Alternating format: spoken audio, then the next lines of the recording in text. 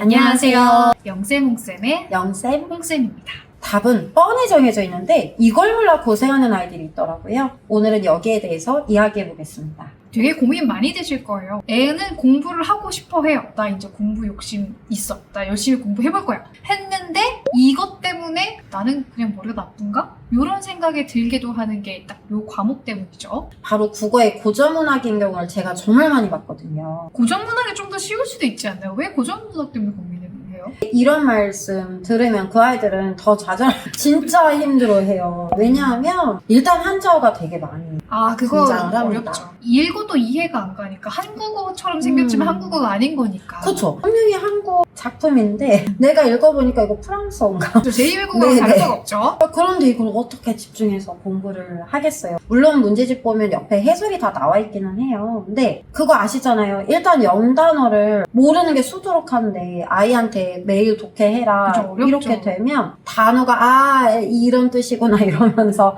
하나씩 맞춰가면서 읽는데 어떻게 또 내용에 몰입할 수가 있겠어요. 그러다 보니까 이 고전문학이 많은 학생들이 다시 좀 공부해볼까? 도전의식을 가지고 갔다가 좌절하게 만드는. 여러 개가 섞여서 그런 것 같아요. 한자어도 있지, 음. 문학이니까 감정 같은 걸 읽어낼 수도 있어야 되지, 고전이니까 역사적인 배경을 알아야 이것도 전반적으로 이해가 되니까 과목은 고전문학 하나인데 네. 결국 연관된 과목들이 한두 개가 아니니까 그래서 좌절을 쉽게 하는 것 같아요. 나는 못하나 봐. 네. 이런 생각이 들어요. 나는 공부는 아닌가 봐. 이렇게 생각하게 만드는 게 바로 고전문학이더라고요. 조친문이라는 게 있잖아요. 네. 이게 그렇게 애들이 이해를 못한다면 이제 학생들 같은 경우에 도대체 이 여자 왜 이러는 거예요? 이게 한자도 한자어인데 이게 바늘이 부러진 게 슬프다가 아니라 이 사회적인 배경에서 여성들은 주로 무엇을 하면서 살았고 어떤 감정을 느끼며 살았고 이걸 다 이 지식에 쌓여 있어야 네. 어머 슬프겠다가 나올 수가 네. 있는데 이게 네. 안 된 거예요. 그쵸. 그 시대 여성들이 갖고 있었던 어떤 그 특유의 한의 정서를 전혀 이해하지 못하고 있기 때문에 가뜩이나 한자어로 점철되어 있는 데다가 몰입이 안 되는 거예요. 그래서 모든 걸 다 외워야 되는 거죠. 예를 들어서 만약에 어머님들이 어디 가셨어요. 명절 모임에 갔는데 아들이 막 좀 시끄러워. 그러면은 시어머님이 그런 얘기를 하시는 거죠. 쟤는 누구 닮아서 저러니? 이게 사실 돌려 까는 거잖아요. 근데 이게 아들들은 나 엄마 닮았지? 아빠 닮았지? 누구 닮은 게 왜 상처가 돼? 저게 짜증나는 말이야. 이런 거 이해를 못해요. 근데 이거를 제대로 이해를 시켜주려면 이런 맥락에서 엄마와 할머니와의 관계는 이런 거고 할머니는 이런 화법을 사용 이런 걸 다 설명할 수 없잖아요. 좀 불가능에 가까워 보여요. 그러니까 이 말 한마디의 뜻이 중요한 게 아니라 이 둘러싼 맥락과 이걸 그쵸. 이해하는데 필요한 그런 배경 지식이 필요한데 그게 하나도 안 돼 있으면 그냥 해설이라고 들어봐도 왜 왕하고 멀어진 게 슬픈 거예요? 그쵸. 뭐 왕이랑 사겨요? 이런 그러니까 이해가 안 되는데 가르치는 입장에서도 알아야 될 게 너무 기본적으로 많이 필요한 거예요. 그쵸. 근데 또 애들은 왜 나는 해도 안 돼요? 왜 문제집 풀어도 안 돼요? 이러는 거예요. 그렇죠. 근데 반대로요. 오늘 저희가 추천해드리는 이 책을 고등학교 올라가기 전에 다 읽고 온 아이들의 입장에서 보면은요. 친구가 고전문학 때문에 난 국어가 어려워 이러잖아요. 그럼 옆에서 딱 뭐라고 하는 줄 아세요? 고전문학? 그게 왜요? 그냥 읽으면 되는 거 아니야? 아니, 킹 받는다. 나 시험 너 고전문학 공부한 적 없는데? 그럼 어떻게 풀어? 그냥 푸는 거지. 네. 그때 이런 얘기도 해요. 고전문학 특강을 들으러 간다고 학원에? 근데 당연히 어머님들 입장에서는 네. 애가 다른 거는 어떻게 좀 이해를 하는 것 같은데 음. 고전 문학만 안 되면 네. 방학 동안에 좀 특강 특강. 근데 문제가 이게 선생님은 머릿속에 다 있으실 거 아니에요. 근데 우리 아이는 이미 아무것도 없는데 선생님이 문제집에 있는 거 또 해설해 주신단 말이죠. 근데 그렇다고 해서 그 이야기가 갑자기 쉽게 전해지겠냐고요. 특강으로 해결될 수 있는 과목이 있는가 하면 고전문학 같은 경우는 그렇게 해결하는 건 좋고 효율적인 방법이 아니라고 생각을 합니다. 결국 암기를 얼만큼 할 수 있냐의 문제로도 볼 수 있는데 모든 고전 문학의 한 줄 한 줄을 어떤 네. 문제에 맞춰서 네. 외울 수는 없으니까요. 네, 암기한 것도 다 까먹게 되죠. 지금 중학생들은 이제 고교학점제가 적용이 되기 때문에 학교에 올라가게 되면 문이과 통합이에요. 그래서 과거의 학생들과 다르게 탐도 해야 되지, 과탐도 해야 되지 할 게 늘었어요. 게다가 학교 다니면서 진로 탐색도 해야지, 수행평가도 해야지. 지금 할 게 한두 가지가 아니란 말이에요. 근데 그때 가서 어떻게 고전문학까지 완벽하게 이해하면서 공부할 수 있겠어요. 이제 미리 준비해가는 거는 필수입니다. 네, 근데 그러면은 고전 문학을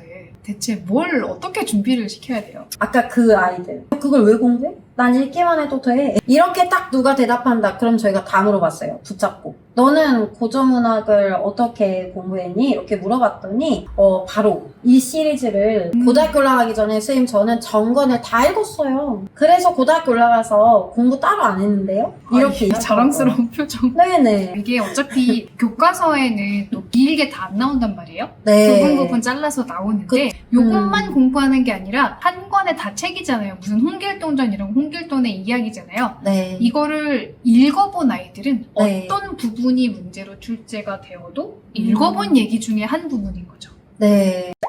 오늘 추천드리는 이 시리즈가 두 가지인데요. 먼저 난이도가 굉장히 쉬운 시리즈부터 추천을 해드릴 거거든요. 이 시리즈 진짜 어렵게 구한 저희가 찾아낸 아주 보물 같은 시리즈인데요. 한자어 공부를 많이 안 한 친구더라도 심지어 역사적 배경에 대해서 아직 취약하더라도 정말 누구나 이 책을 쥐면 그 자리에서 재밌게 한 권 다 읽어버리더라고요. 그렇기 때문에 아직 우리 자녀가 공부가 많이 되어 있지 않은 경우라면 꼭 이 시리즈부터 시작해주세요. 역사로 통하는 고전 문학 시리즈입니다. 저희는 조금 오랫동안 봤던 책이기 때문에 휴인엄 출판사라고 되어 있는데 아마 서점에 가보시면은 미래의 나이새우 출판사로 나와 있을 거예요. 순서대로 읽히셔도 좋겠지만 특히나 그냥 책 자체는 재미없어 하는 아이들이 있다면 저희가 특히 픽한 책들이 있어요. 전우치전, 금방울전, 입춘풍전 요 이야기는 애들이 그냥 너무 흥미롭게 읽으니까 책에 재미를 붙이는 단계가 필요한 친구들은 이 책부터 읽혀주시면 되겠습니다.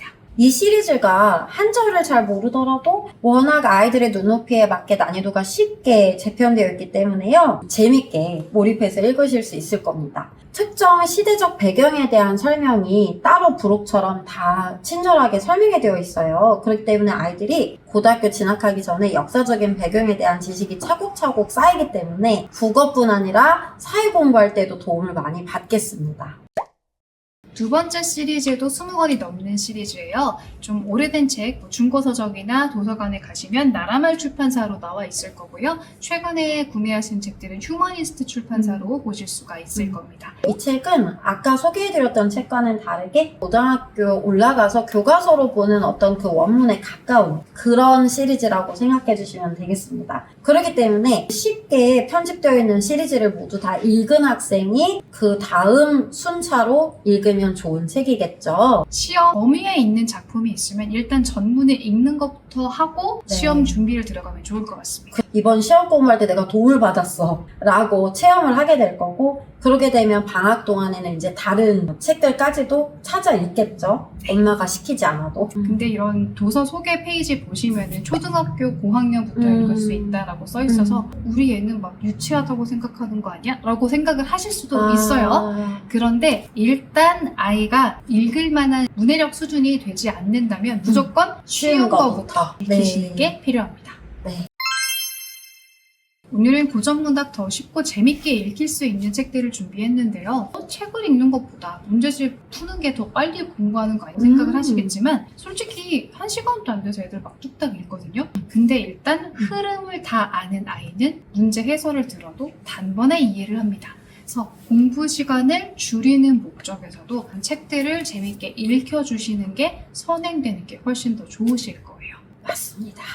오늘 저희가 진짜 꿀팁 제대로 알려드린 것 같아서 뿌듯하네요. 이런 고전문학 시리즈가 굉장히 많아요. 많긴 한데요. 아무거나 읽히려고 시도를 해보시면은 아이가 잘 안 읽을 거예요, 사실. 애들이 반응하는 책이 진짜 재밌는 책이잖아요. 그래서 저희는요, 이와 같이 앞으로도 계속해서 좋은 책 가지고 올 테니까요, 구독 버튼 꼭 눌러주시고요. 전국의 모든 아이들이 소외되지 않고 책 읽는 그날까지 열심히 달리겠습니다. 안녕!